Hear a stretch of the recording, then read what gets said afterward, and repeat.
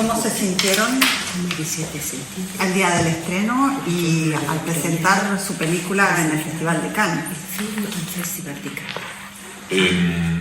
Una emoción muy grande estrenar la película en estas condiciones técnicas, en esta sala, en esta ciudad, como decíamos a colegas tuyos, que tiene tanta historia y parte de la historia del cine ya. Entonces, los dos actores, tanto Daniel como yo, no la habíamos visto la película, así que fue nuestra primera vez que la veíamos, y es una película que tardamos 5 años en hacerla, entonces también había momentos que ni siquiera recordábamos que los habíamos filmado porque fue mucho tiempo atrás. Una sensación muy emocionante y también estamos muy contentos que se está produciendo el milagro de que la película está conectando con mucha gente y de alguna manera eso nos da mucha alegría y estamos muy contentos, muy felices. ¿Cómo surge la idea? ¿Cómo surge la idea de crear la historia y por qué dividirla en capítulos? Bueno, la idea tiene que ver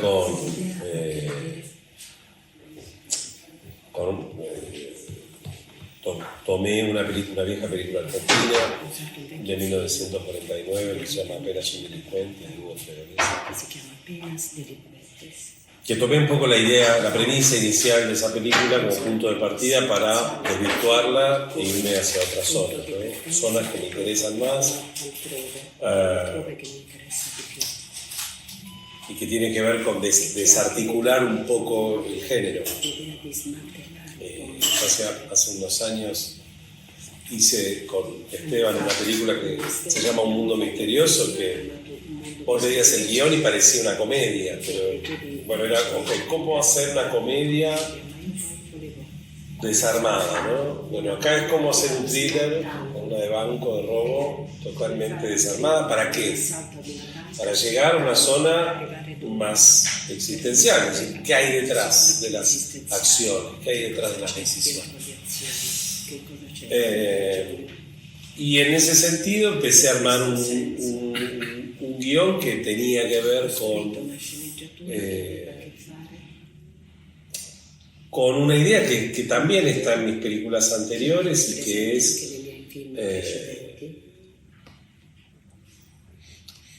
la idea del trabajo como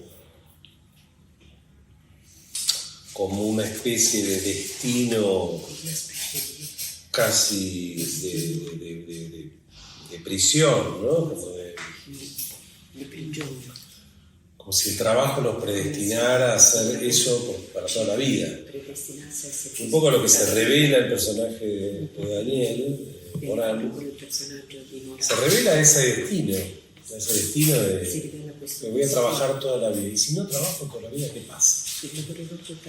Entonces, bueno, la película ahí encuentra es donde hace pie como para ir hacia otra zona mucho más lúdica también, no solo existencial, ¿no? Es una película muy lúdica. Sí, la idea de los anagramas de los nombres parte de una idea muy lúdica, no es una idea filosófica. Puede ser que uno pueda encontrar filosofía en una idea lúdica, por supuesto, pero no es el punto nunca mío de partida.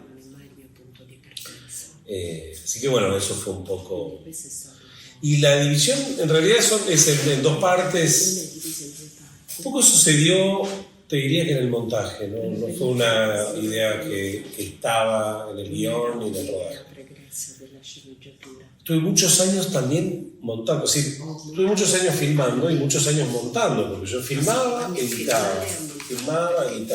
Entonces, había momentos que yo también me aburría, necesitaba como encontrarle vueltas y giros para el propio material. Entonces, bueno, apareció esta idea de la primera y segunda parte, un poco también la duración me lleva a pensar la posibilidad, y esto es algo que va a tener más que ver con la distribución de la película, a la posibilidad de meter un intermezzo o un intervalo en el medio, o no. En Cannes nos dijeron que no, entonces nosotros ofrecimos la posibilidad de hacer 1 hora y media y después otra hora y media, para que la gente respire, vaya al baño, mire el celular. Hoy es muy difícil lograr que durante 3 horas no estén mirando el celular. Bueno, la película la ventaja de que sean 3 horas sin intermezzo es que la película también te propone que no mires el celular durante 3 horas, a ver qué pasa. Estás dispuesto a ver una película, entregarte a una película que va a hablar también de eso, también de tu dependencia al celular. Hay como un, me parece. Como comentabas antes, en la película hay como desarticulación de géneros, ahí, ¿no? Hay un juego con las películas de género, del suspense, también con el cine clásico, que es algo que hacía la Nouvelle Vague francesa. Es que es una de tus inspiraciones, la Nouvelle Vague francesa, y qué aspectos te interesa de esa época del cine. Lo que me interesa en realidad es el trabajo crítico que hacen los miembros de Cahiers du Cinéma en los años 50, antes de que vayan a filmar, ¿no? Que es cómo revisitan el cine clásico, es decir, esa relectura que hacen, y la operación de revisitar el cine clásico para generar una vanguardia, ¿no? Para romperlo. Esa operación me parece increíble. Me parece muy moderna. Entonces uno puede entender, el cine moderno es eso. No es solo eso, ¿no? Porque uno dice, bueno, Rossellini, cuando hace Viaje en Italia, ya estaba haciendo cine moderno, ¿no? Ya hace que los personajes se pierdan, deambulen. Y uno puede ir incluso más atrás.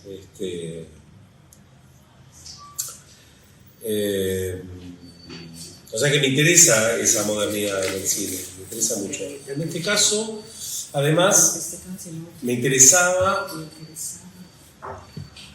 poner énfasis en el lenguaje cinematográfico. Me gusta ir ahí. Me gusta ir a esa zona de ¿cómo se dice? Estoy un poco cansado, perdón, ¿no? Salir también de la estandarización, ¿no? Del monopolio de las series. No, eso sí, pero quiero decir, me gusta como plantar una bandera ahí también, ¿no? Bueno,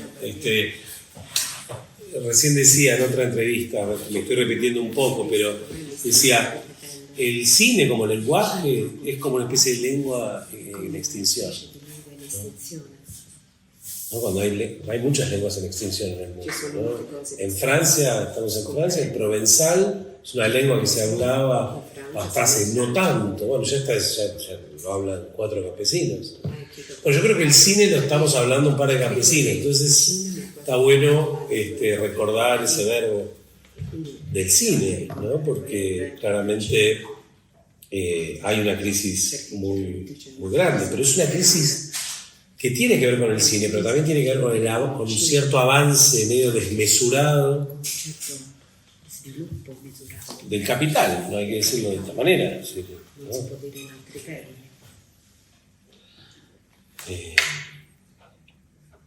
Entonces hoy me preguntaban si era una película política porque hablaba de dejar de trabajar. Es una película política porque justamente apuesta a esa forma estética, a esa forma del cine. No porque el personaje deja de trabajar, obviamente, evidentemente es político eso. Pero es política por otras razones, más fuertes. No sé si tiene sentido lo che dico, però estoy medio hoy con esa idea. Come è ricaduta la scelta sui 2 protagonisti qui presenti e come ha costruito i 2 personaggi sul set? Yo desconfío un poco de la construcción del personaje. No sé si pienso en las películas de vamos a construir un personaje. Más bien, una vez que yo tenía pensado que Dani y que Esteban iban a ser los protagonistas, bueno, ya entras a imaginar a Morán, le digo Morán porque se llama Morán, pero yo ya estoy pensando en Dani haciendo eso, en Esteban haciendo de Román. Si ya estoy pensando más que en una construcción psicológica, del cual nunca me interesa entrar por ese lado. Más bien es, no sé, como crear las condiciones para que ellos puedan actuar lo más cómodos y libres posibles. No. Y después son correcciones ahí. Es eso, es como corregir sobre la marcha, pero me parece que la actuación es tiempo presente. Yo creo más en el presente de la actuación que en la preparación del personaje. Okay. Quiero decir, admiro muchísimo cuando lees que Robert De Niro manejó un taxi 6 semanas o que Brando adelgazó 80 kilos. Me parece fantástico eso. Pero yo creo que hoy, no sé, va por otro lado. Hay algo mucho más instantáneo en la actuación. Pero no sé. Luego sí, obviamente lo que sí está construido previamente son, bueno, los destinos narrativos de Morán y de Román, ¿no? Eso sí, claramente. Igual, a pesar de que estaba todo escrito, también fue cambiado. Cambió muchísimo este guión, porque fue muchos años. Entonces, ¿por qué cambia mucho? Porque fueron muchos años, porque el cine trabaja con el presente, siempre. Siempre, el objeto del cine es el tiempo presente.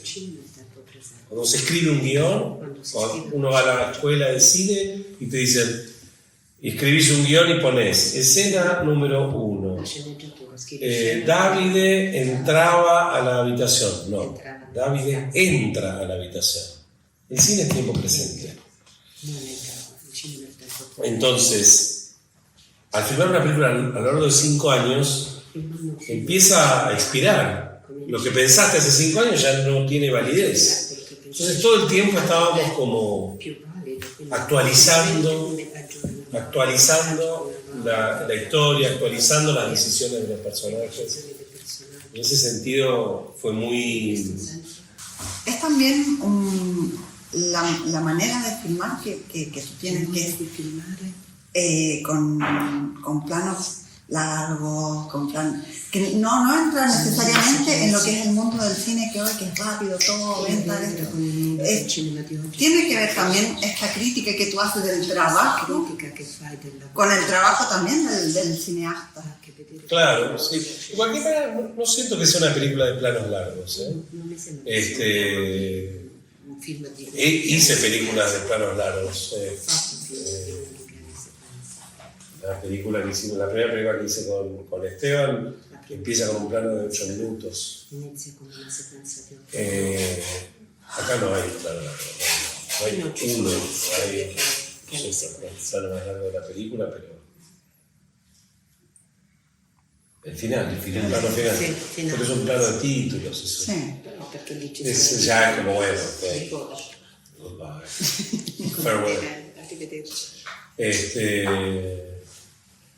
No, me parece que tiene más que ver con lo que... Es decir, no es tanto por la duración del plano, sino como el sentido del montaje. Es el sentido del montaje. Es que cómo estoy contando las escenas, por qué paso de un plano a otro. Es decir, hay un trabajo ahí, más abstracto también, más propio del oficio del cine, ¿no? Bueno, del lenguaje y del oficio, pero sí, no sé, supongo que tiene que ver con eso y vuelvo a lo que decía antes, con ciertos recursos cinematográficos que sí se están perdiendo y que me interesa valorizar, ¿no? El split screen, la pantalla dividida, el dissolve, o el fundido. el timbre musical, ¿no? El timbre de la música es una música que evoca un cine del pasado. La palabra fin, volvamos a la palabra fin, es hermoso. Fin, digo, está minado de pequeños gestos que están un poco en desuso en una película que no deja de ser contemporánea. Parece que ese encuentro está bueno. La película toca temas de moralidad que no quieren verse atrapados en la vida rutinaria. Entonces, si ustedes tuvieran que elegir en su vida personal y describirían qué camino correrían, el de Morán o el de Ramón, de Román, perdón, para tomar el, ¿sabes? Para no caer en la rutina del hámster atrapado en eso, con la moralidad del personaje.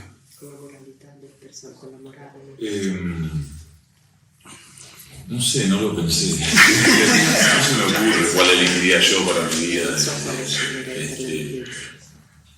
No sé, tuve en mi momento mi Rubicón para dedicarme a lo que me dedico y bueno, ahí lo crucé y quiero trabajar, o sea, no sé, no se me ocurre cuál elegiría de esos. Me gusta mucho a Morán en un plano a Tom Ford alejándose. Tom Ford es cineasta, pero hace perfume también. John Ford cabalgando en las colinas, no sé, me gusta esa imagen final. The Searchers. Yo creo que sin duda Morán, como esa idea de como también del salto del riesgo, ¿no? Como, y un poco la justicia también, ¿no? Como no el dinero para enriquecerse, sino justo para hacer lo que uno quiere o espera. Pero también creo que para mí, digamos, la profesión es como mi vigilante, ¿no? Como que yo también dejé soy licenciado en biotecnología, dejé otras carreras y siento que esta profesión de actor me vigila porque permanentemente también me genera estas cuestiones, ¿no? Como, que siempre la interpreto desde mí, no sé si hay otra posibilidad, ¿no? Desde mi subjetividad y pongo también toda mi carga humana el personaje y bueno, eso me permite verme. Hace 15 años, cuando lo nominaron en la Berlinale, usted criticaba el cine latinoamericano a considerar que se había quedado demasiado anclado en el costumbrismo. ¿Continúa pensando lo mismo o cree que el cine latinoamericano se ha renovado desde entonces y sobre todo, ¿y cómo? ¿En qué manera? Yo siempre trato de correrme de la idea del cine latinoamericano, porque el cine latinoamericano son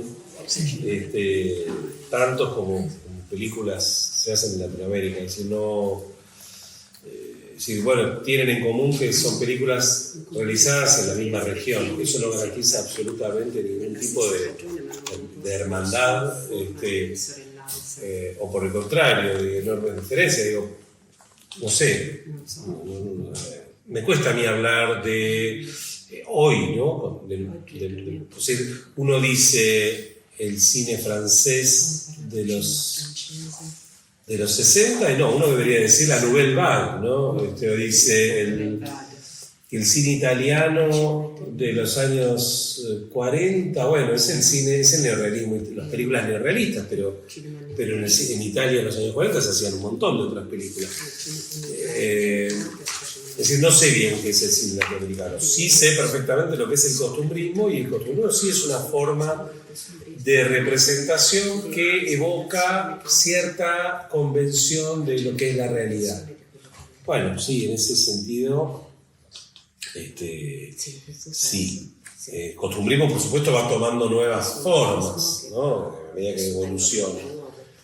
O que involuciona, no sabemos bien, pero va tomando nuevas formas, va incorporando tendencias, ¿no? El cine, en el caso de la Argentina, el nuevo cine argentino, cuando apareció a fines del siglo XX, comienzo del XXI, propuso un lenguaje muy realista en contraposición con cierta cine más declamativo, ¿no? Como el cine de Listarain, de Martinacci, ¿no? Como ese cine muy de los 90 de Argentina. Bueno, fue un poco en oposición a eso. Rápidamente es absorbido, ya uno ve una serie de televisión argentina y, bueno, toma elementos del Mundo Grúa, toma elementos de Pizza y Rafazos y las películas icónicas del nuevo cine argentino. O sea que el costumbrismo sigue allí, ¿no? Como el cuento del Monterroso, ¿no? Quando me desperté il dinosaurio todavía estaba allí. Un'ultima domanda sulla colonna sonora, volevo sapere che tipo di lavoro c'era stato, anche perché ha un'importanza molto preponderante nel film, per esempio tantissime scene prive di dialogo sono accompagnate dalla musica che crea un'atmosfera, crea un senso anche altro rispetto a quello che vediamo banalmente alle azioni sullo schermo, e quindi appunto mi chiedevo che tipo di indicazioni ha dato per gestire questo aspetto. ¿Indicazioni a quién? Al compositore. Ninguna, porque el compositor era morto tanti anni fa. Sì, sono tutte... No, es toda música de Astor Piazzolla, música de Poulenc, que es un músico del siglo XIX. O sea que yo utilicé música preexistente como si fuera música compuesta originalmente para la película. Y está bueno que se preste a esa confusión, ¿no? Porque la idea es un poco así. Pero cuando descubrí una sinfonía de Astor Piazzolla, que es un músico mayor de la Argentina probablemente, o de Buenos Aires, digamos, del tango, encontré una obra que no era para nada, no tenía nada que ver con el tango piazzoliano, digamos. Era una música más contemporánea que se asemejaba a los compositores del cine de los años 50, 40. Entonces cuando encontré ese timbre sonoro dije, ok, vamos por acá, conseguimos los derechos y se hizo. Y trabajé en función de esa música como si fuera original.